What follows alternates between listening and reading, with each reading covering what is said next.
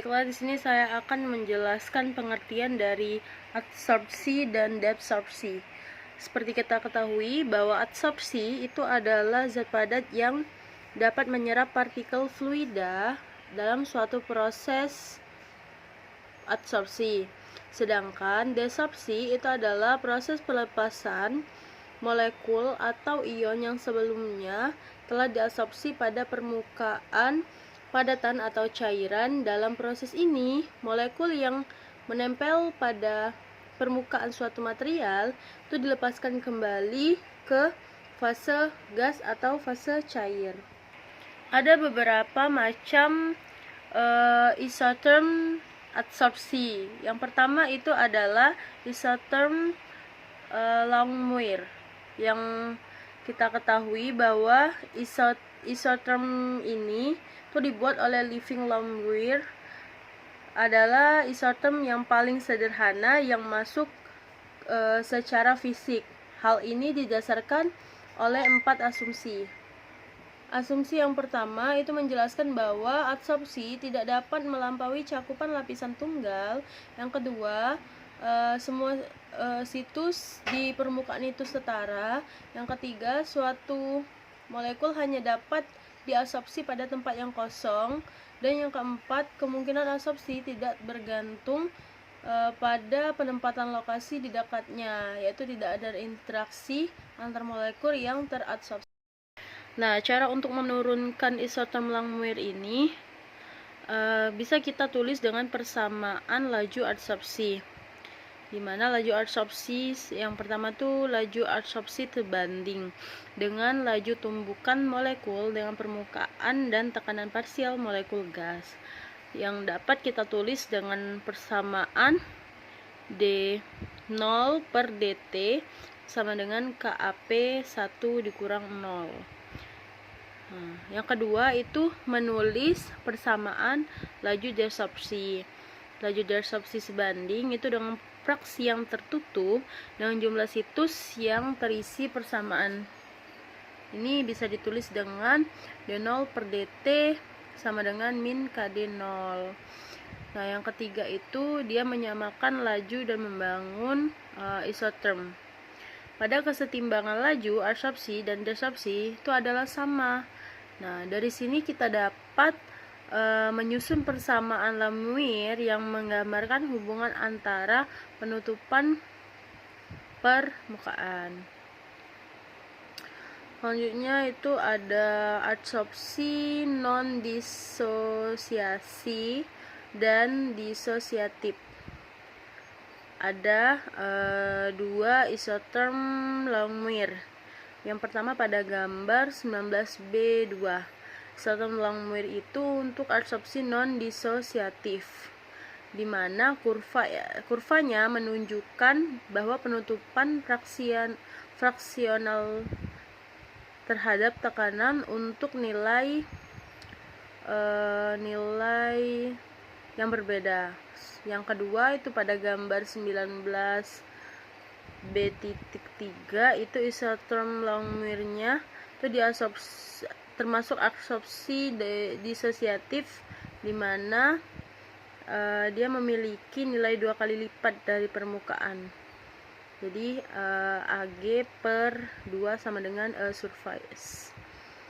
Selanjutnya itu adalah entalpi isotermis adsorpsi. Jadi entalpi isotermis adsorpsi ini itu adalah entalpi standar adsorpsi pada penutupan fraksional tetap. Selanjutnya itu adalah relasi konstanta kesetimbangan dengan energi bebas standar adsorpsi. Jadi ada beberapa langkah-langkah ya bagaimana kita menghitung kesetimbangan dengan energi bebas. Untuk langkah pertama itu dia menghubungkan nilai A dengan konstanta kesetimbangan K, di mana K sama dengan KA per KD sama dengan AP. Yang langkah kedua itu dia menghubungkan konstanta kesetimbangan dengan energi bebas standar absorpsi. Persamaannya itu adalah delta ADS G0 sama dengan min RT ln AP. untuk angka ketiga dia menggunakan persamaan Gibbs-Helmholtz untuk menghubungkan suhu dengan entalpi absorpsi yang dituliskan dengan persamaan del Learn AP per DT sama dengan delta ADS H0 RT kuadrat. Persamaan untuk menghitung entalpi isotermis absorpsi itu dapat menggunakan persamaan Gibbs-Helmholtz. Nah, itu dia dapat mengubah relasi di atas menjadi bentuk yang lebih sempurna. Yang rumus tadi itu dibuat lebih sempurna lagi. Jadi hasilnya itu del Learn sama dengan AP per D1 per T sama dengan min delta ADS H0 per R. Nah, untuk gambar 12B2 itu mengukur entalpi isotermis absorpsi. Jadi dia tuh hanya menunjukkan bagaimana menggunakan data tekanan CO terabsorpsi pada permukaan tertentu untuk menentukan delta ADS H0 secara grafis. Baiklah, selanjutnya akan dijelaskan oleh teman saya. Yang ketiga ada isotherm BET. Isotherm BET adalah teori dinamika gas yang menyatakan bahwa situs yang paling menguntungkan secara energetik ditempati terlebih dahulu, juga dalam interaksi antara molekul yang sudah terabsorpsi pada permukaan. Nah, isotherm BET ini adalah teori dinamika yang menyatakan bahwa situs yang paling menguntungkan secara energetik ditempati terlebih dahulu, juga dalam interaksi antar molekul yang sudah terabsorpsi pada permukaan. Kemudian di bawah itu ada rumus BET isotherm, di mana V adalah volume gas yang terabsorpsi, terus Vmax atau Vmin-nya adalah volume gas yang sesuai dengan satu lapis monomolekuler, C adalah konstanta BET, terus Z sama dengan P per P-nya itu adalah P-nya adalah tekanan gas, sedangkan P pangkatnya adalah tekanan uap jenuh dan substrat cair murni.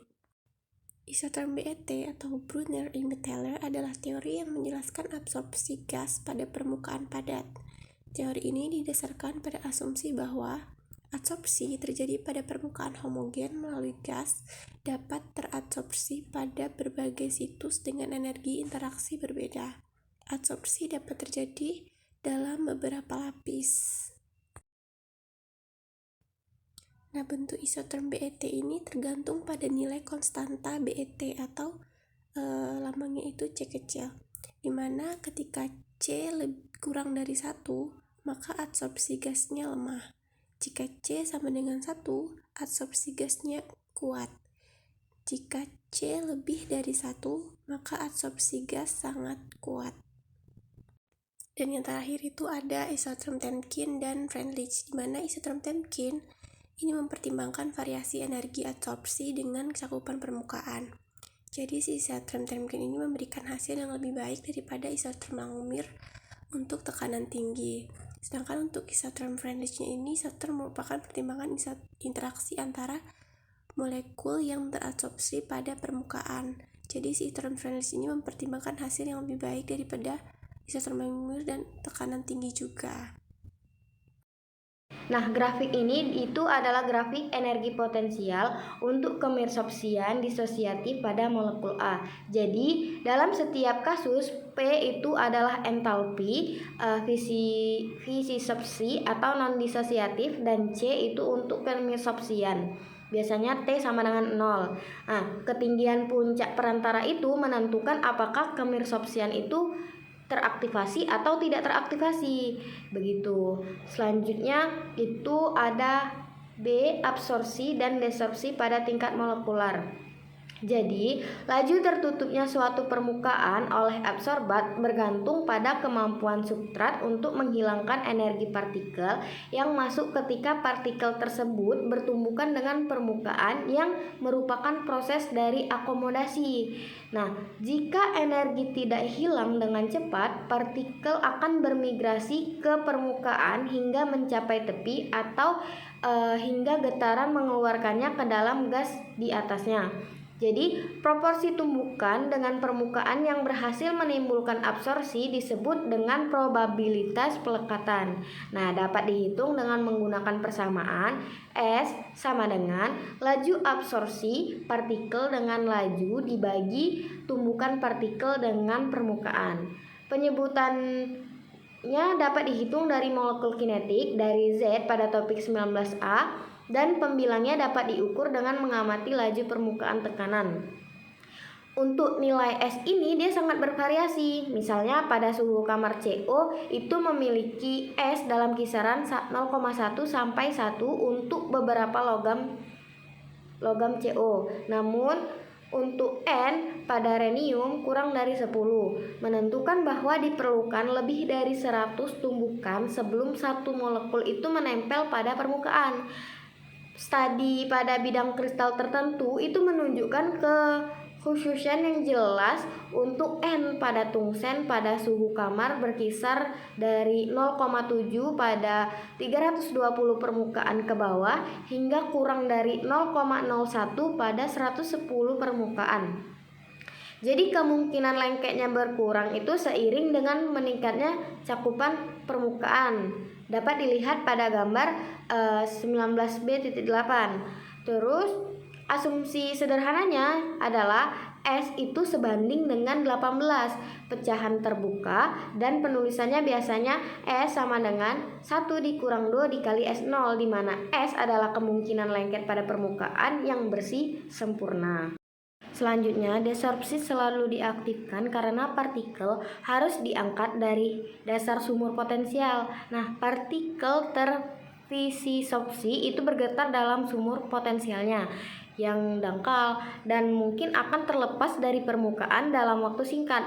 Jika ketergantungan suhu dari konstanta laju orde pertama untuk desorpsi mengikuti perilaku Arrhenius, maka K1 sama dengan AE, dengan E adalah energi aktivasi untuk desorpsi.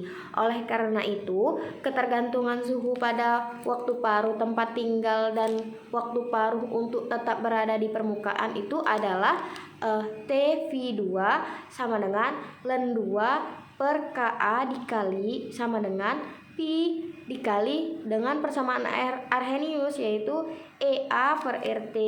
Terus TG sama dengan Len 2 per A.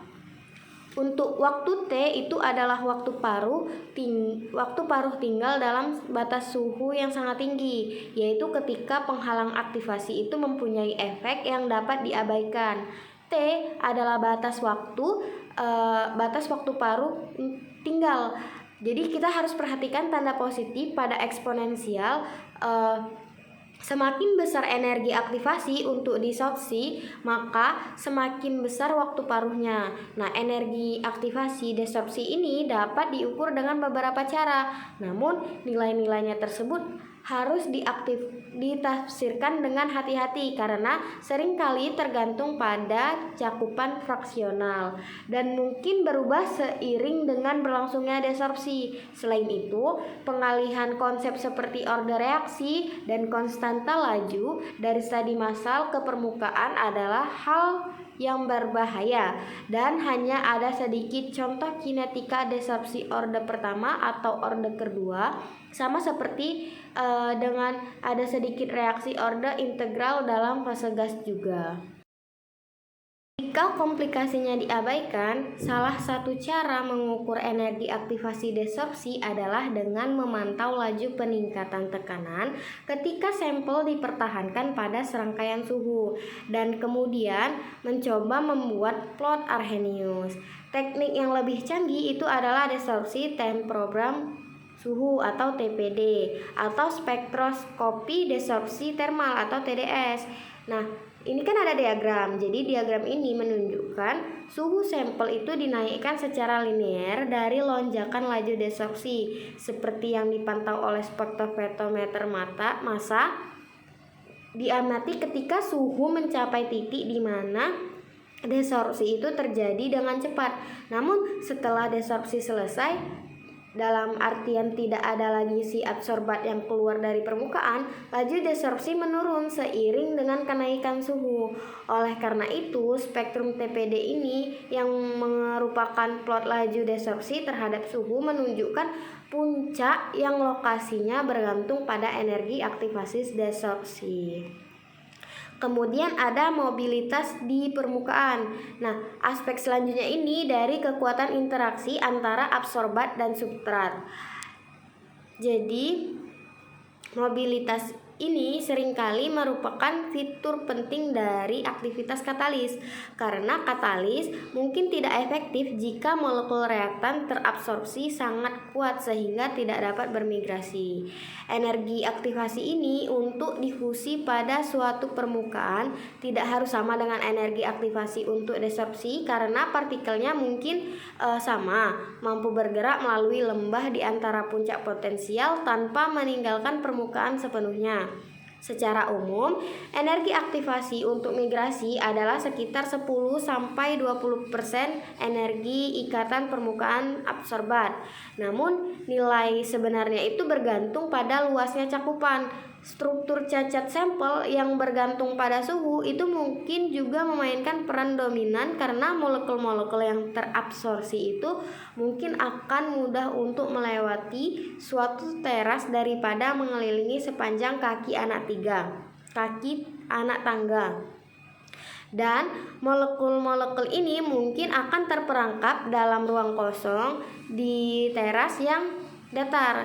Difusi juga mungkin lebih mudah melintas satu permukaan kristal dibandingkan permukaan kristal lainnya, sehingga si mobilitas permukaan ini bergantung pada bidang kisi yang mana yang terpapar begitu.